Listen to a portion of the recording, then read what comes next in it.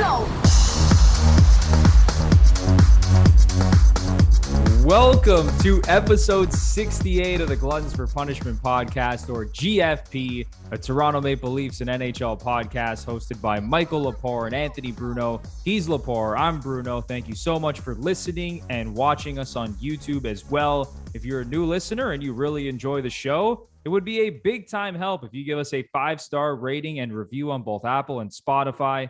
And if you're watching us on YouTube and you really like the content, we would appreciate it so much if you smash the like button, subscribe to the channel, and ring the notification bell so you know exactly when the GFP podcast is dropping some new content. All right, everybody.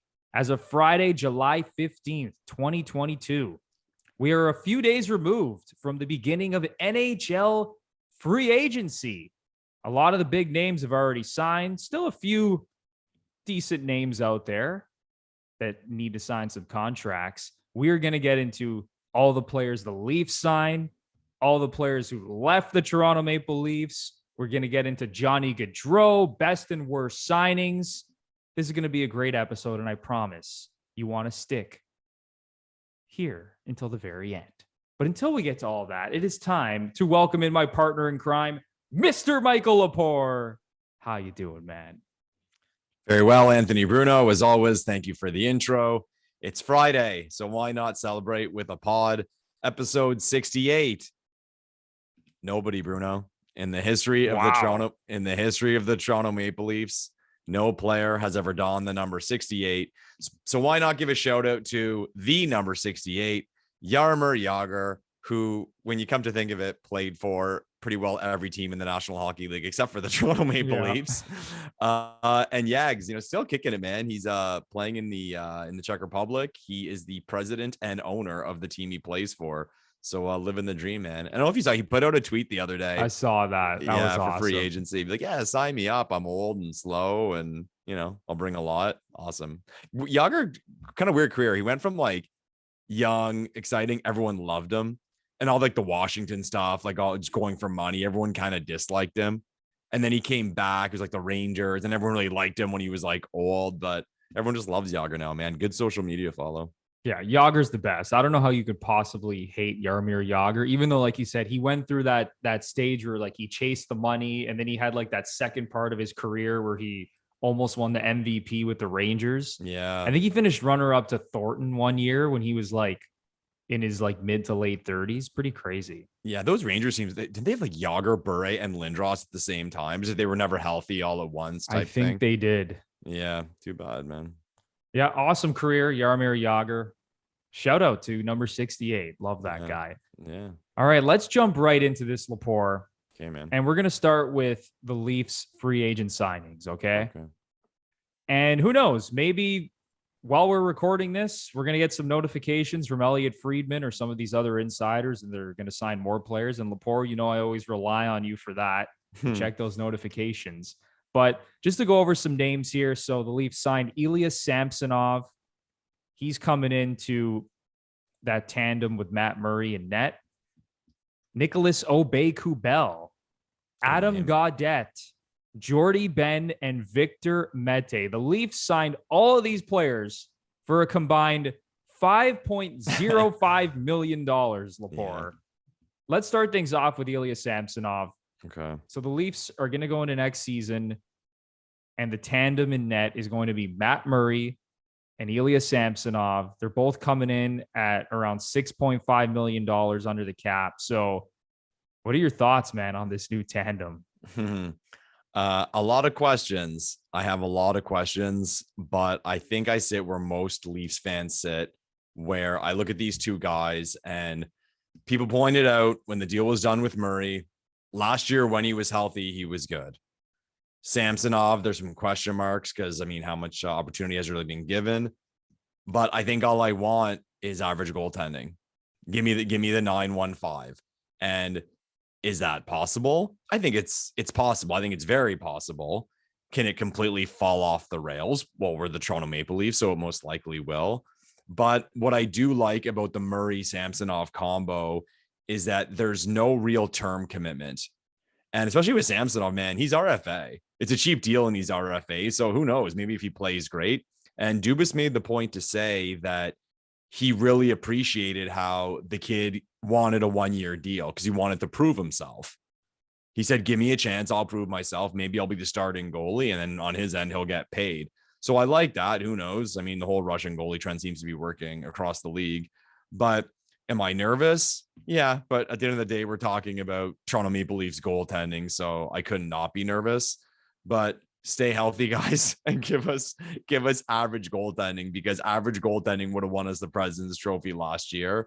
I think it's one of those cases where no one can really give an answer. Leafs haters are going to say they're shit and it's going to blow up in their face. Leafs fans are going to pump it up and say Murray's going to turn it around. The new goalie director and goalie coach will turn these guys into the next Vasilevsky and Carey Price. But at the end of the day, nobody knows. All we do know is that Dubas is taking a big gamble on these two. But at the same time, because of the lack of commitment, people forget, like, you can make a move. Like, you can do something to get rid of one or both, or if someone becomes available at the deadline, do something, who knows. But I'm okay with it. Like, to be fair, I'm okay with it. Like, my views on NHL goaltending are kind of different than most. And we've talked about that on the show, and we'll get to it later, talking about other goalies, I'm sure. But I'm in the middle, man. I'm in show me. Everyone's like, oh, Lepore, I'm getting my phone's blowing up, text messages from people I haven't spoken to in years asking me about the Leafs situation and Leafs goaltending. And I'm like, yeah, I'm in full show me mode. That's all I can say. I don't have a definitive answer. I just want Dubas to show me that he made the right choice, and that's it. Are you as nervous as I am, or more or less? Or how do you feel? The way I feel about it is, do I feel great about the goaltending situation? No. But do I feel terrible about it? The answer is also no. I'm kind of just in the middle, and I'll go back to my thoughts from the last podcast where I said I don't really trust any of the goalies in the UFA class. Right. That includes Jack Campbell. That includes any of these goalies that were available via trade, whether it's Cam Talbot, even Matt Murray. The only goalie that I really do trust, and you could even say that he's untrustworthy as well, is Darcy Kemper. And I'm just going on like body of work throughout his career. Right. He was really good in Arizona, won the Stanley Cup despite putting up less than stellar numbers, let's call it, really below average numbers. Mm-hmm. He was like the one goalie I probably trusted the most of the UFA class, but yeah, the Leafs are never going to sign him to a 5-year deal if they weren't going to sign Campbell to a long-term contract. So when I look at it from that perspective, I viewed all of those goalies, Lepore, in the same talent tier. Right. Same thing with Samsonov and Murray. I view them in the same talent tier. They're not elite goalies. They're not terrible goalies. They're kind of just like middle of the pack goalies. And if one of them gets hot and has a really good season, they could potentially be a top 10 goalie. Mm-hmm. Because outside of let's call it like what, the 5 to 7 like elite goalies, and not even like elite goalies, the goalies that like you're confident in coming into the season, like they're your surefire number one. Yeah, they have a chance to put up like a 920 save percentage. Those guys don't grow on trees. Mm-hmm. So with Matt Murray and Ilya Samsonov, they both, like last year, Samsonov was not good. Like I can go over his numbers here. 896 save percentage, minus 12.1 goals saved above expected. That was actually worse than Peter Mrazek's goals saved above expected last season. I said it was Friday and I was in a good mood, Bruno. Thanks. So he had a pretty bad season. He did have a 912 save percentage in 5 playoff games with the Capitals, but he was not very good. But the positive side, right? He's 25. You look at Matt Murray, he's still only 28. These guys are only under contract 1 year Samsonov, 2 years Murray, 6.5 on the cap. Like, that's not a huge commitment. I know Leaf fans are freaking out, and we're in the middle of the Matthews and the Marner era, and we got to win right now, or else Matthews is going to take off and sign with some American team, and this is all going to blow up in Dubas's face. But honestly, again, like I said, going through that entire UFA goalie market, I wasn't really that comfortable with any of them. Yeah. So you sign 2 of them who you're the most comfortable with. And I know this might sound terrible. Like, how did the Leafs get themselves in this situation in the first place? Maybe they should have just kept Freddie Anderson. You can make that argument. But at the end of the day, I just think that they're fine. They're fine in net. And I hope that one of those 2 guys plays well. Yeah, I think you made that point about Kemper, how I would put that one compared to the other deals is it could happen. Like Samsonov and Murray could be trash, like not starting goalies. With Kemper, you're getting a starting goalie. Like at least you know that based on his body of work. But I'm with you. Like nothing was really going to blow me out of the water. And if I remember correctly, someone posted the list of goalies salaries with the money retained from Ottawa. Murray, Murray, that number would put him as the 20th highest paid goalie in the league. In that range. Yeah. So from that perspective, it's like, okay, he's paid as the 20th best goalie in the league. So comparatively, it's not too bad. Right. And then if Samsonov can provide some support, but again, full show me mode, get off to a good start. I think that's important. Get off to a good start, get confident, get the team behind you, get the fans behind you. I know it's almost impossible, but get the media behind you. I think things will be okay. Yeah. And that's the big thing with the goaltending, right? A lot of it's confidence. If they come in and both of them get off to a great start, the media is going to be pumping up those narratives. Fans are going to be happy. But if things get off to a bad start at net, it could tailspin real quick, man. Really quickly. I know you're like a press conference guy. Did you watch Murray's press conference? I did. Okay. Was it just me? Now, I'm not like throwing something out there, but was it just me? But everyone knows the director of goalies for the Leafs. He's known Murray since he was like 10 years old, worked with him. I'm sure the new goalie coach gave the thumbs up for Murray. But he kept making the point, like he did it immediately and throughout the press conference, kept making the point about the Leafs facilities, the support he'll receive, the people around him. He kept making that point. And I was thinking in the back of my mind was that a shot at Ottawa? Possibly. Yeah. Like he kept talking about like, I'm going to get support here. I'm going to use the assets I have.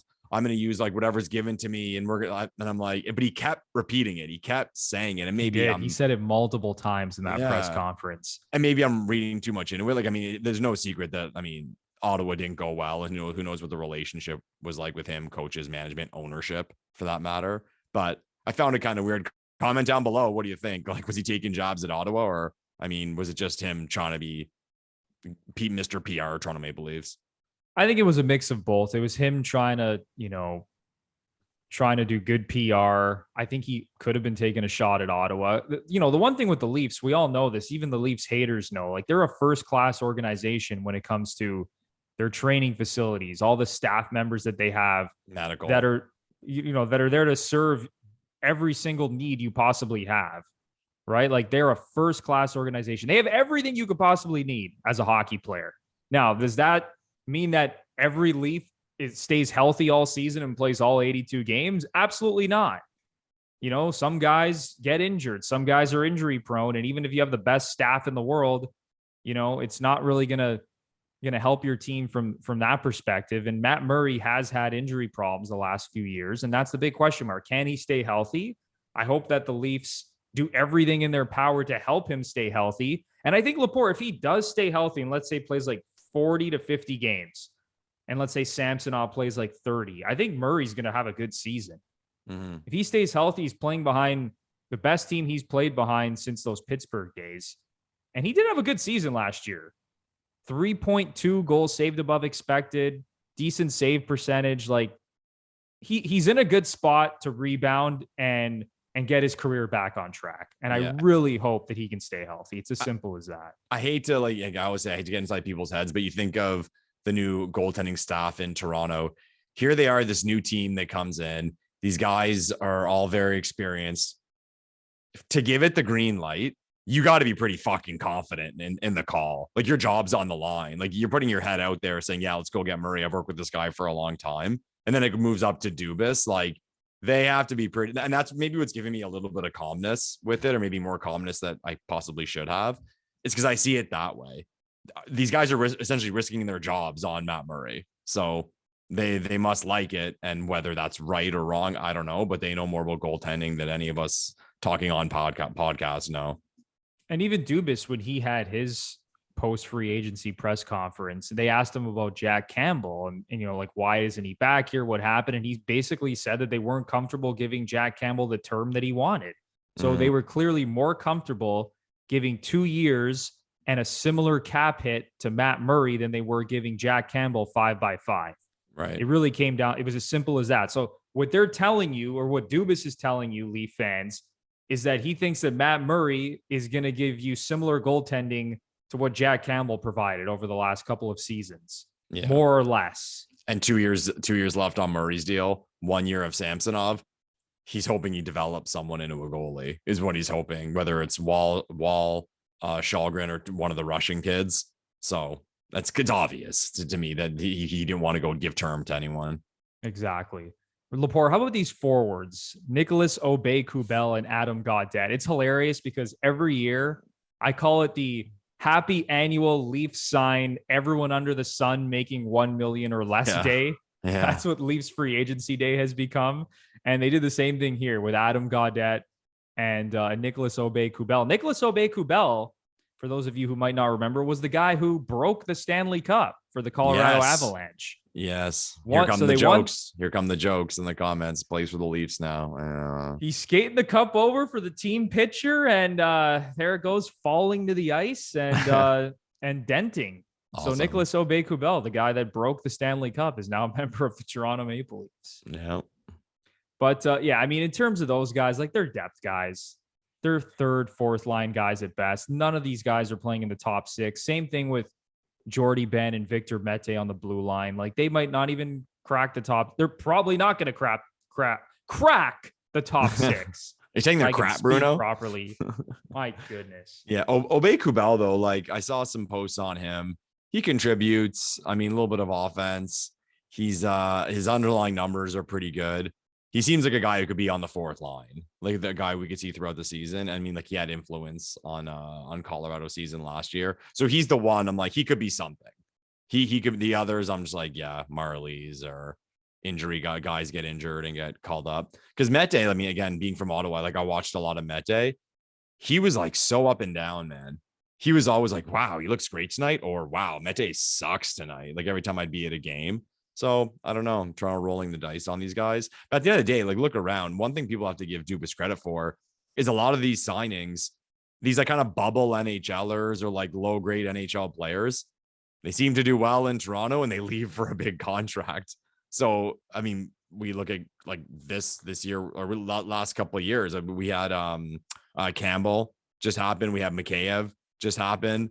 We look at the signings that Dubas made. Kase got a deal. Camp Bunting's going to get paid next year. So, I mean, the Leafs obviously have confidence that they can do well with these guys and again, use their assets to make these guys play above themselves. So I'm looking forward to seeing what happens. But like I said, the Aube-Kubel one is the one where from what I'm reading about his underlying numbers and what he contributes, like he could be something.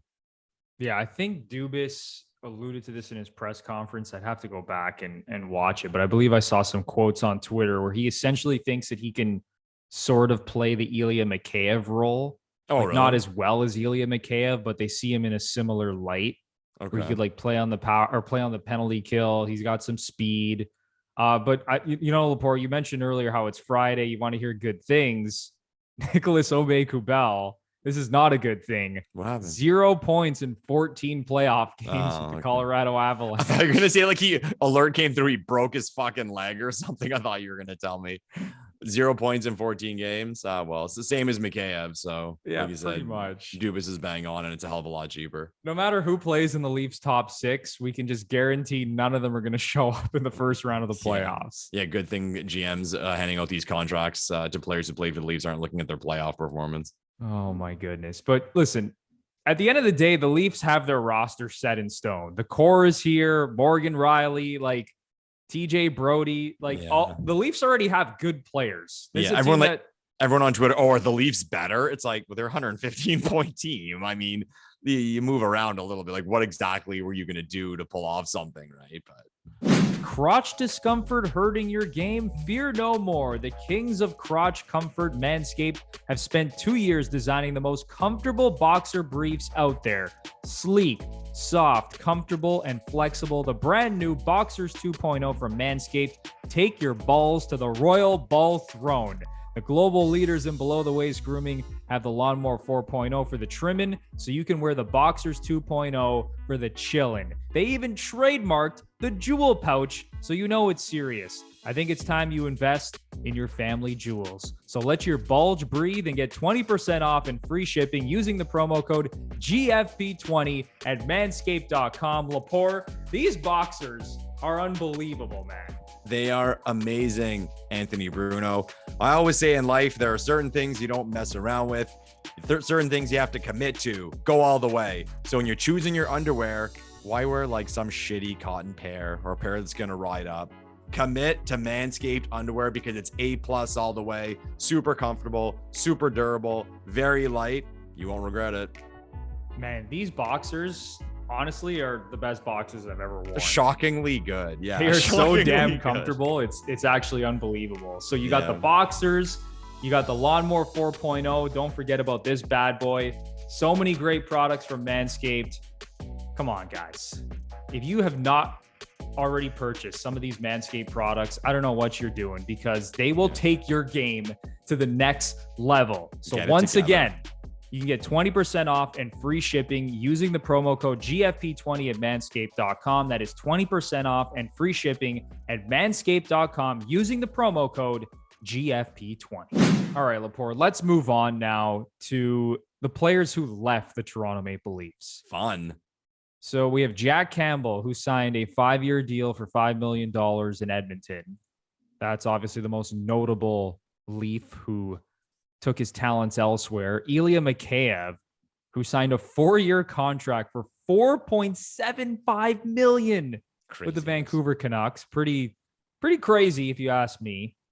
And then, of course, we have Ondrej Kase, who is also out the door. He signed for 1 year and $1.5 million in Carolina. So let's start with Jack Campbell. What are your thoughts on this? Because we kind of alluded to Campbell in our conversation about Matt Murray and the Leafs goaltending. Clearly, Dubas was not comfortable giving Jack Campbell a 5-year deal. It just didn't make sense. As good as Campbell was in Lepore, like, I'm a Campbell fan. I think he's a good goalie. And when he's at his best, he can be like a top 10 goalie in the league. He really can. But the problem is he's not consistent. He was terrible in the second half of the season. From January 1st on last year, he had an .890 save percentage. He was awful at the second half of last season. In the playoffs, save percentage under 900. He's a very volatile goalie, man. As good as he can be, and as much as we probably both like him, I don't know, man. That's still a risk, in my opinion, for Edmonton. But then Edmonton fans will probably come in and say, we had Mike Smith and Mikko Koskinen in the last few years. This feels like we have Patrick Waugh. Yeah, for sure. From Edmonton, it's weird because I look at it from Toronto's perspective, and I'm like, no way. Like, I wouldn't have been happy if they committed 5 years to Jack Campbell, because any goalie I would give that kind of deal, I'd ask myself the question, is he good enough to win the Stanley Cup? And beyond the thing of, like, the teams that win with average goaltending, people know what I mean by that. A goalie that can win you the Stanley Cup is, I guess, the best way I'd put it. And my answer would be no. And I think most people would say no. At the end of the day, looking back over the last couple of years, how many games did Campbell steal for us? None. Not a lot. None. I mean, not that he played poorly, whatever. There was that. Is it just me? The bad goal against Montreal in Game 7. The Gallagher goal? Yeah, we're the Toronto Maple Leafs. I feel like that goal doesn't get as much attention as it deserves. Like, that was a terrible goal. Yeah, that was awful. Second period, 0-0, like, shot, like, on a one-on-one situation, just beats. It was a 5-hole. But anyways, I wouldn't have committed that kind of money if I was Toronto. But I give credit to Ken Holland for putting his dick out there and just making the team better. I think if I was in his position with the McDavid situation, you have the best player of this generation. Any move you can make that makes the team, like, even incrementally better, yeah, you do it. So, okay, he made his goaltending better. If he had to commit 5 years, he had to commit 5 years, whatever. I don't think it'll end up being like a terrible deal, but I don't hate it for Edmonton. And I'm, like you said, I mean, we're all Jack Campbell fans. We're happy he got the payday and that someone committed to him, and we wish him well. But no, like, I mean, I'm happy Toronto didn't do it. Like, I think a lot of fans, I would say people were torn on Jack Campbell, but I think people are like, oh, we could have got Campbell for that. He's not that good. Like, he's like you said with Murray and Samsonov, you're hoping they're fine or they could be fine. Jack Campbell, he said he's very volatile. He's hot, he's cold. Overall, he's fine. So you committed 5 years to a guy who's fine. No, I mean, if I'm the Leafs, it's not my thing. And here's the thing, like, it could be bad for one team and good for another team. That's the way I view it, right? Like, Jack Campbell, again, I'll say it for the third time. I think he's a good goalie, but in the context of the Leafs and their roster and their salary cap situation, it didn't make sense. Whereas for Edmonton, it did make sense because, as Lepore mentioned, you have the best player of this generation. You have Leon Draisaitl. They bring back Evander Kane. They're a good team. They just went to the conference finals. Now, I still think they have flaws, and I still think their defense core is not good enough, and I still think they have even depth issues up front in their bottom six. But that's a team that needed goaltending. They needed goaltending more than anything. And they can fit Jack Campbell under the salary cap. It made more sense in the context of that team and the situation that they're in. And all the power to Ken Holland and Edmonton. If they think that Jack Campbell's their guy, then by all means go for it, because he's definitely an upgrade over Mike Smith and Mikko Koskinen. I think we could confidently say that. I heard rumors that Smith is going to go on LTIR. Possibly, yes. I've seen the same rumors. So that remains to be seen. But yeah, Edmonton fans have to be happy that they finally have a new goalie and a goalie who, they can be excited about. Now, I wouldn't get too excited about Jack Campbell because, even if you look at like both teams, how they play defensively, I would say the Leafs are a better defensive team than Edmonton. So it'll be interesting to see how Campbell transitions, how he looks. Like, he's 30 years old at the end of the day. This isn't a spring chick here. I mean, he's still a relatively young guy, but you're committing 5 years to this guy. It's going to take him to his age 35 season. It's not the safest bet, but again, when you have Connor McDavid and you're trying to win now, you can almost make an argument that any good player you add in free agency is a decent decision. And is Picard going to be their backup? No, so they got Stuart Skinner. Oh, okay. Who played, right. I think he played like 10, 15 games last year for Edmonton. He was their AHL guy. They like him, though. I think it looks like he's probably going to be the backup goalie, depending on what happens with Mike Smith and his injury situation. But the Edmonton Oilers, I think overall, they're happy about this. But who knows, Lepore? This could swing in the other direction real quick. Same thing with Matt Murray and Ilya Samsonov.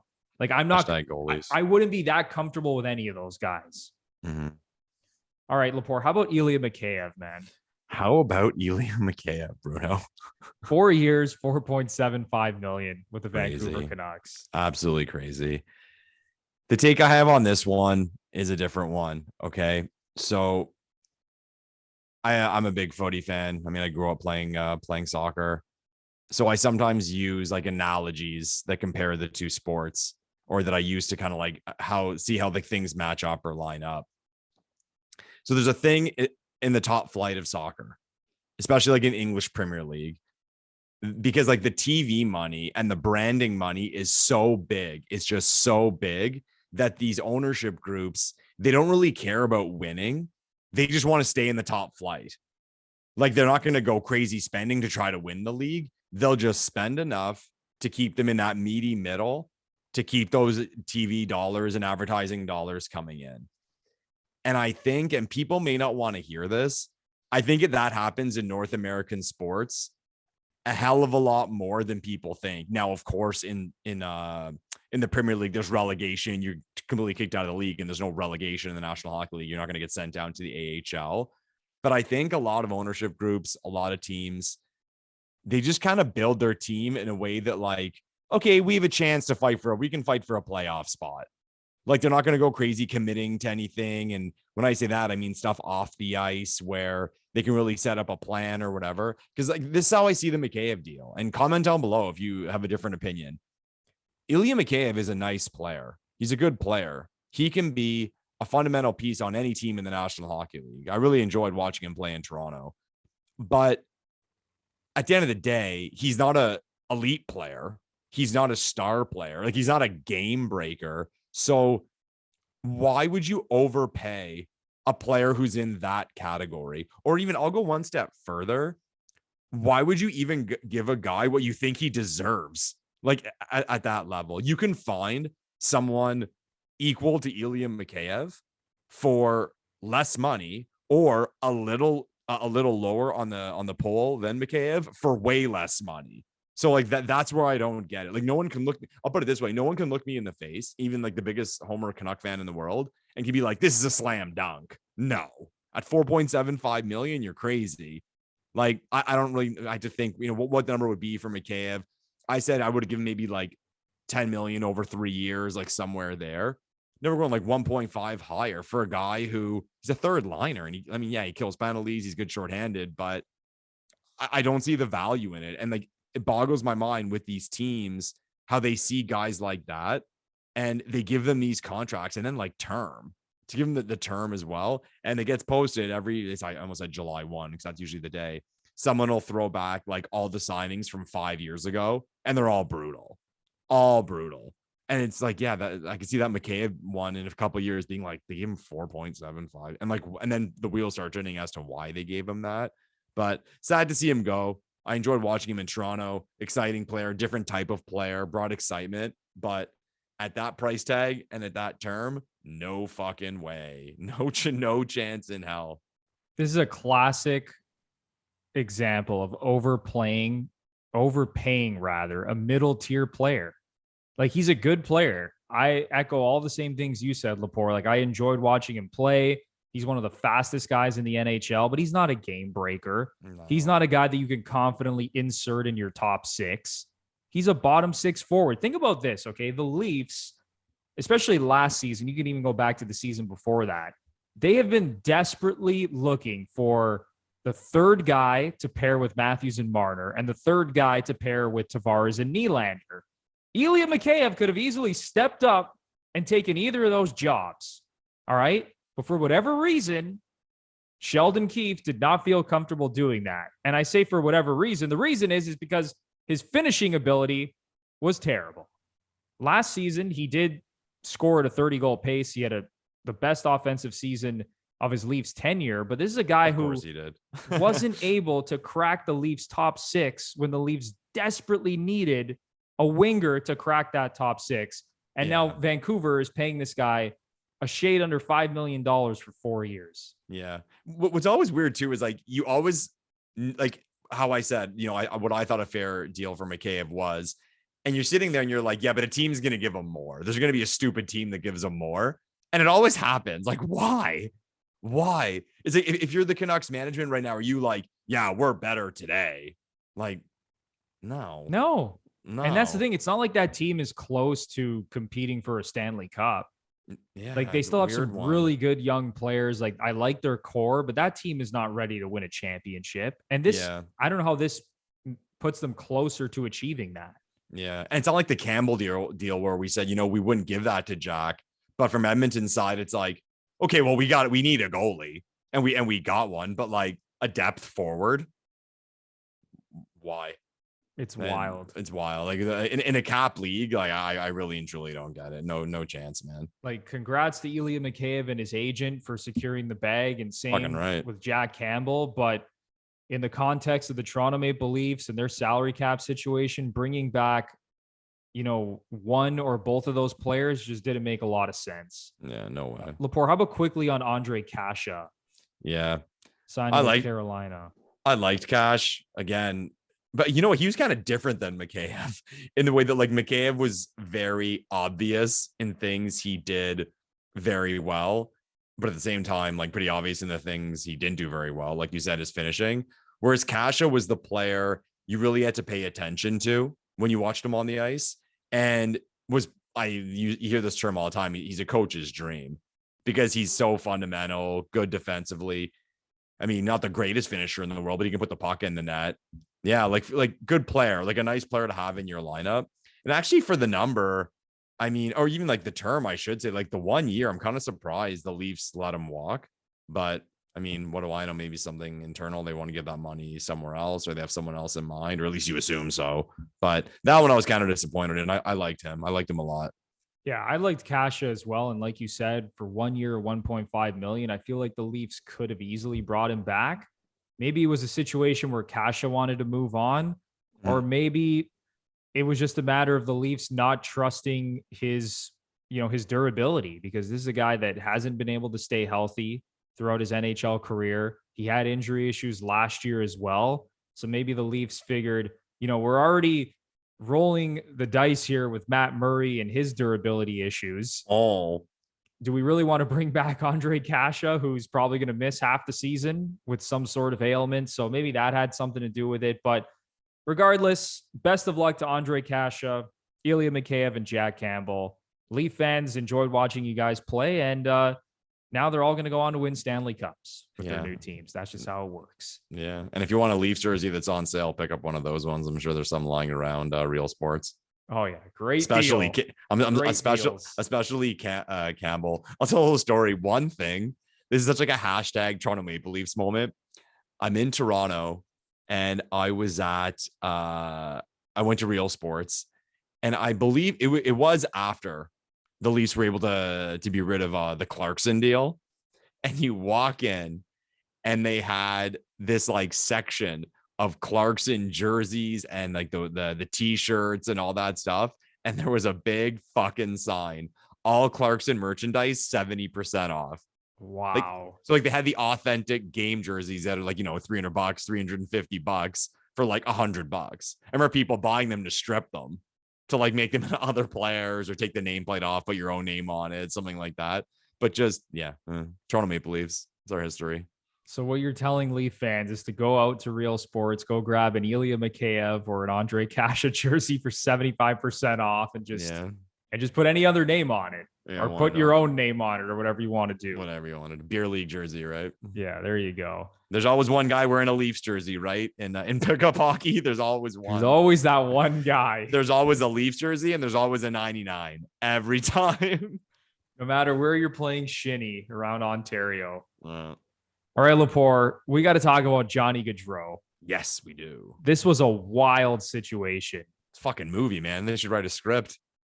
I'm stunned. I'm sure most of you listening are stunned. Lepore, I think, is probably stunned. So the Calgary Flames reportedly offered Johnny Gaudreau an 8-year contract for $10.5 million. Crazy. It could have been more.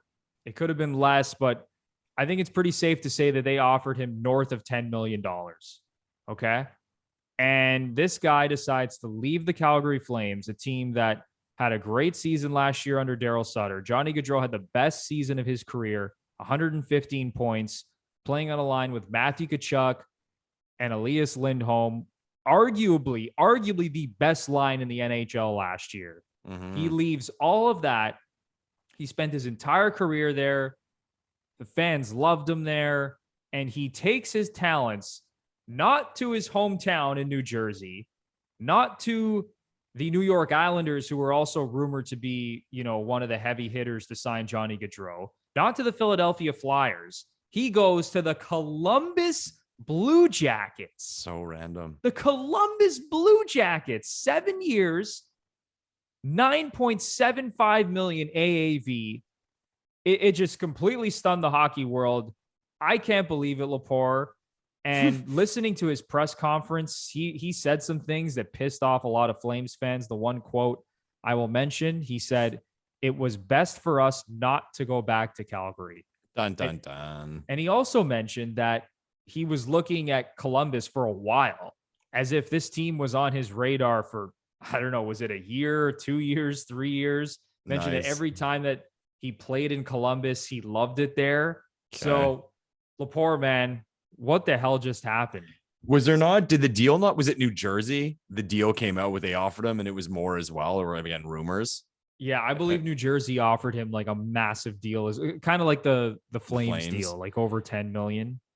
I think this is one of those stories where we're going to dissect it. We're going to put our hands up in the air and not understand it. At the end of the day, there's a reason why he chose Columbus, and who knows?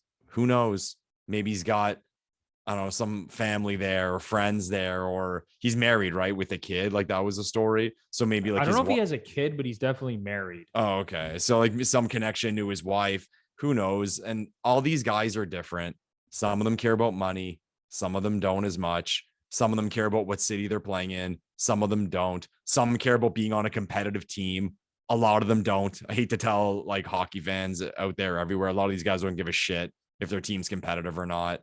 So I'm sure he had his reasons. As for the Flames, like I assumed he was gone all year. I assumed he was gone. Like I remember when we did the show last year when Sutter had just come on. Remember Sutter was trashing him in press conferences? Like people have short memories, man. And that's all it takes for him to turn his back and say, fuck you. And like at the end of the day, like these players don't owe anything to these teams because they're part of a union and they can walk. So it sucks for Flames fans. I mean, the guy's a great player, and all the stories are coming out today, how it tarnishes his legacy on how, because of how he left and this and that. But they knew he was gone. It sucks. But at the end of the day, what difference does it make who he goes to? Maybe you could say it's more insulting because he chose a team that doesn't really appear to be very competitive. But I always say too, like, again, other factors why he went there. Who knows? He signed a 7-year deal. Maybe Columbus is a contender in 3 or 4 years. Like, we don't know. And maybe the Flames suck in 3 or 4 years. Like, we don't know. Right. So I don't know. Like, I mean, I that's kind of like the headline of the Johnny Gaudreau story. I don't know, because not a lot of it makes sense on the surface, but I'm sure if we got Gaudreau in a room, whether he went off about some connection to the state of Ohio or how he was unhappy in Calgary or whatever ticked him off. And guys, let's face it, again, stuff people don't want to hear. But on the Gluttons For Punishment podcast, we don't tell you what you want to hear. We tell you the truth. A lot of these guys don't want to play in Canada, let alone Alberta. And like I'm a northern BC boy, so like I can acknowledge this and talk openly about it. He's an American kid. Calgary. He's not going to stay in Calgary, guys. It's just the reality of it. Now, people could point to cities like, so for example, like I had this conversation the other day, actually, and getting a little off topic. As far as Vancouver goes, I'm surprised Vancouver is not more of like a free agency hub. Like, beautiful city. They say, what do I say, ski in the morning, swim in the afternoon. Well, obviously, real estate is really expensive, so that's a con. But I've always kind of thought that, you know, Vancouver should do better than they should. But as far as like the Calgarys, the Edmontons, the Winnipegs, it's hard, man. You have to get guys who either their mindset is, like I said before, guys have different mindsets. Their mindset is, I want to win and I really want to play here. You get that Canadian boy who really wants to play for a Canadian team. You have to get those reasons. But there's going to be a lot of players who don't have those reasons stuck in their brain, and Gaudreau was one of them. And like I said, a lot of people anticipated him leaving. So am I shocked? Not at all. Am I shocked at the Columbus Blue Jackets? Yes. I really thought he was going to the Flyers. I just pictured him in the orange. I'm like, he's going to go to Philadelphia and the whole thing, trying to turn that around. But he's confused as I am, Bruno. Yeah, it's just a rough situation for the Calgary Flames. And listen, people could be saying the same thing about Austin Matthews, American. He doesn't want to play in Canada. He wants to go back to the States. I mean, you know, people, we've joked around about it on this podcast, you know, having conversations about Matthews leaving the Leafs and McDavid leaving Edmonton to come home to Toronto. It was a situation where Johnny Gaudreau clearly wanted to play somewhere on the East Coast in the States. He says closer to his family, but when you look at the distance between Columbus, Ohio, and it's not the East Coast. That's the whole story. It's like an 8.5-hour drive. Awesome. But obviously, it's a lot closer than Calgary is to New Jersey. And when you're flying in a private jet, it's even closer. Exactly. So when you look at it from that perspective, okay, you're on the East Coast, you're closer to your family. The big just, oh my God, what the hell is, why did he pick the Columbus Blue Jackets when he could have picked any of these other teams that were in the mix? Because Columbus last year finished 21st in the NHL. They don't appear to be anywhere close to, I don't want to say competing for a playoff spot, because they're going to be one of those like borderline teams that could potentially fight for a wild card spot, especially now that they picked up Johnny Hockey. But this team isn't winning a championship anytime soon. They're not going to be very competitive anytime soon. He could have gotten more money in other places. He must have just really liked Jarmo Kekalainen, what that organization was selling him. Like, who knows? There's other things, right? Behind the scenes, maybe from like, you know, a personal standpoint with his family, there was something very intriguing about Columbus. Like, I don't know. And maybe this will come out eventually, but clearly he could have got more money in pretty much any other place he would have picked. Yeah. You know what's fun? You know what's funny? I just caught myself. How, not that I'm defending what Gaudreau did, but I'm kind of justifying it. If Austin Matthews left in free agency and signed with the fucking Columbus Blue Jackets, oh my God, I'd be having a fucking meltdown. Yeah, we'd both be having a meltdown. Oh, so it's funny how it affects you. Like, Flame Slams, I'm not blaming you for being upset. I'm just saying from the outside, I can see it. But if it was me, my team, my player, oh yeah, we'd be throwing firebombs at Austin Matthews' house in Arizona.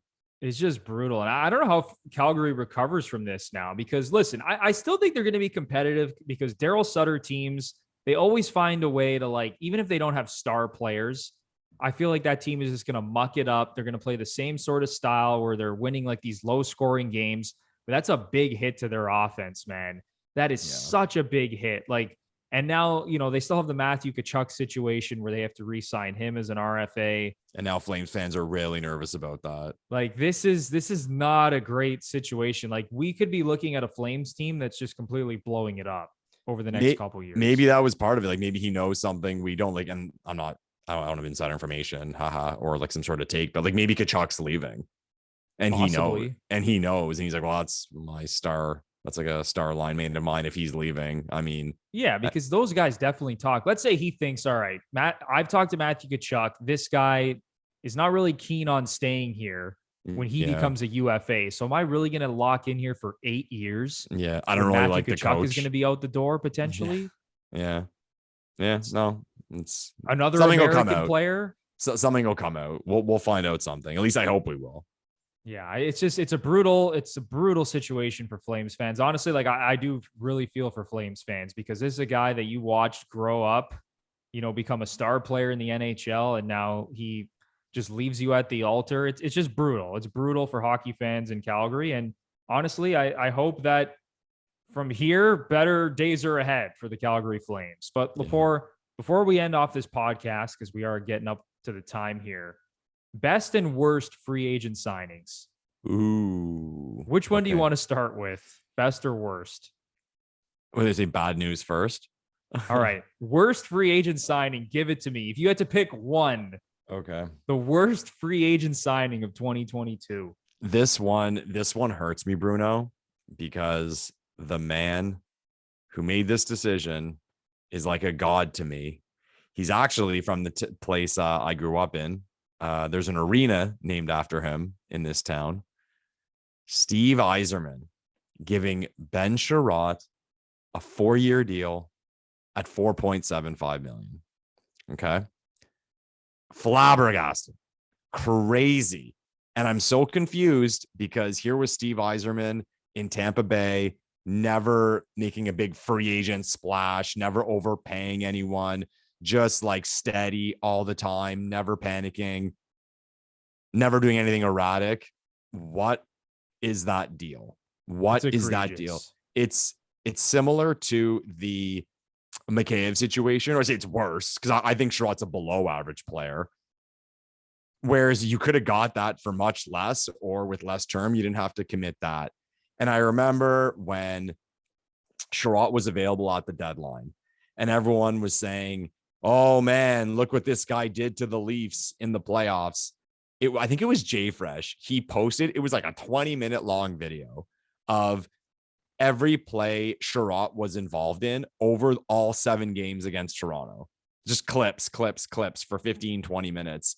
And I swear, Bruno, every second, third clip was him giving the puck away, him getting beaten in the corner, him losing a 50-50 battle, him not being able to get the puck out of his own zone, him getting walked. Like, I don't get it with this player, and I don't see what people see. Lepore, I've gone over the analytics about Sherratt, especially in last year's playoffs, where when he was on the ice for the Habs during their Stanley Cup run, it was like a minus 100 shot differential when he was on the ice. Like, it was bad. Yeah, and then the numbers clearly came out like their worst, not their worst defenseman, but of like those big 4 guys, Edmondson, Petrie, Weber, and Sherratt. Like, he was easily the worst of the 4.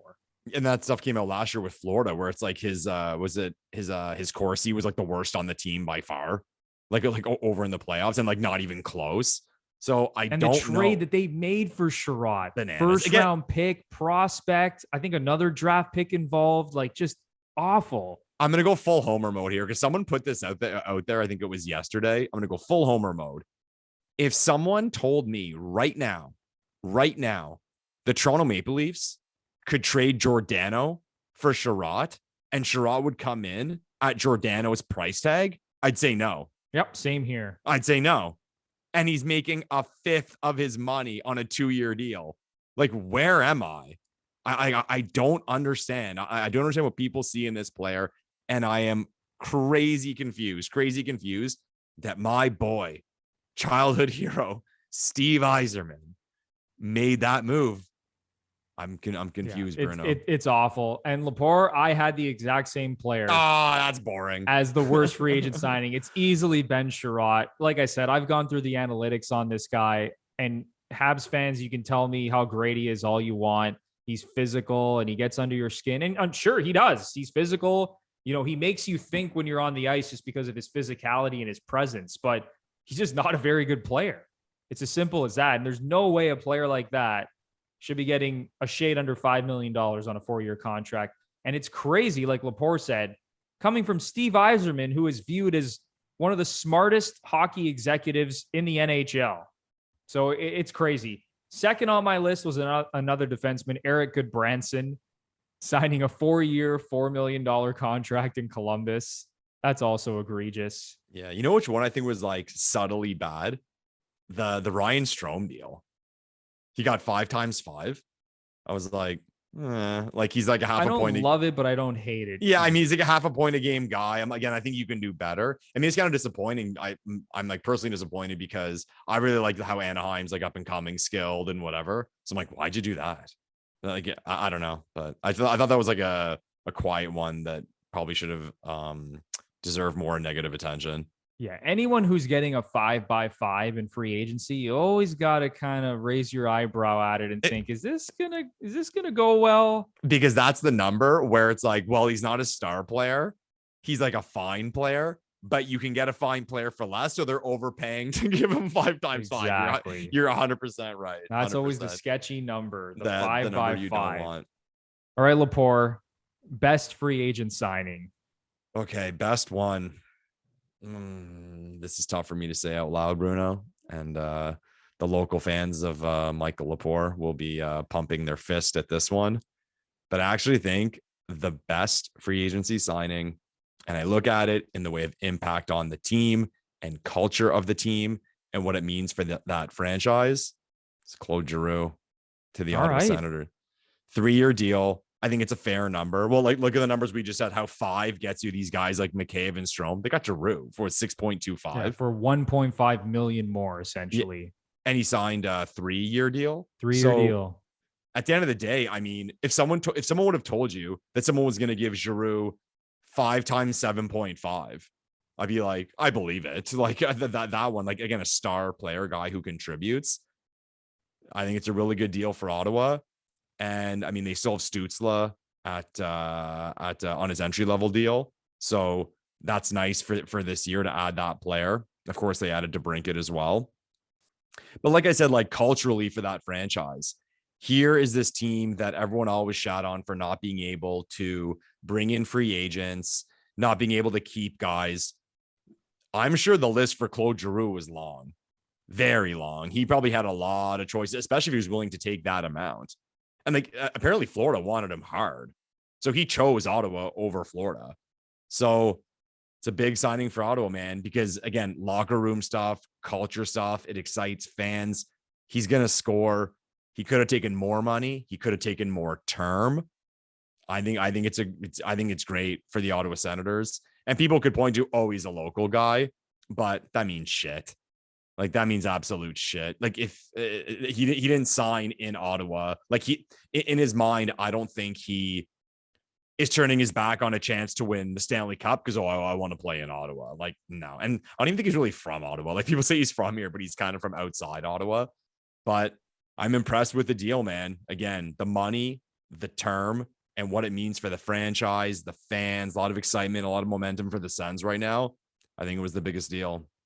I like it. I don't think there's anything you could really criticize when it comes to this deal. 3 years, $6.5 million. He's still a very effective player. That top 6 in Ottawa is absolutely ferocious. Scared, Bruno. Like they rank with, they're easily a top 8, I would say, forward group in the NHL now, just in terms of their top 6. Yeah. The issues with Ottawa, their defense core is still not good. And even their goaltending, I know they traded for Cam Talbot and Anton Forsberg is coming off a good season, but there's still a lot of question marks surrounding their goaltending. It's fine. And they play like in a very else. tough division.